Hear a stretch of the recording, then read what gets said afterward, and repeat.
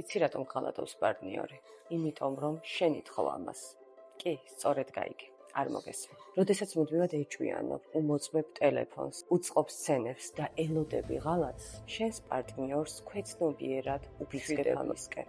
შენი ტვინი დაპროგრამებულია ტრავმაზე და მანამ არ დავშეცდება, სანამ არ იტყვის, ხომ ვამბობდი, ყველა კაცი ერთნაირია.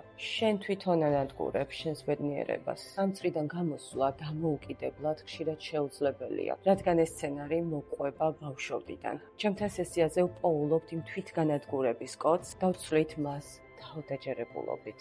რა თქმა უნდა, ეს ვიდეო ეხება იმ ქალბატონებს, ვისაც არანაირი მიზეზი არ აქვს, მაგრამ როგორც უკვე აღვნიშნე, მუდმივად ეძებს იმ მიზეზს აღმოაჩინოს ღალატი. არის ეს მუდმივი ქექვა, სცენები და რიგ შემთხვევაში პარტნიორის დევნაც კი. მომწერეთ პირად შეტყობინებაში და გამოგიგზავნით დეტალებს, როგორ დავანგრიოთ ეს შაბლონი და აღვადგინოთ ჯანსაღი ურთიერთობები.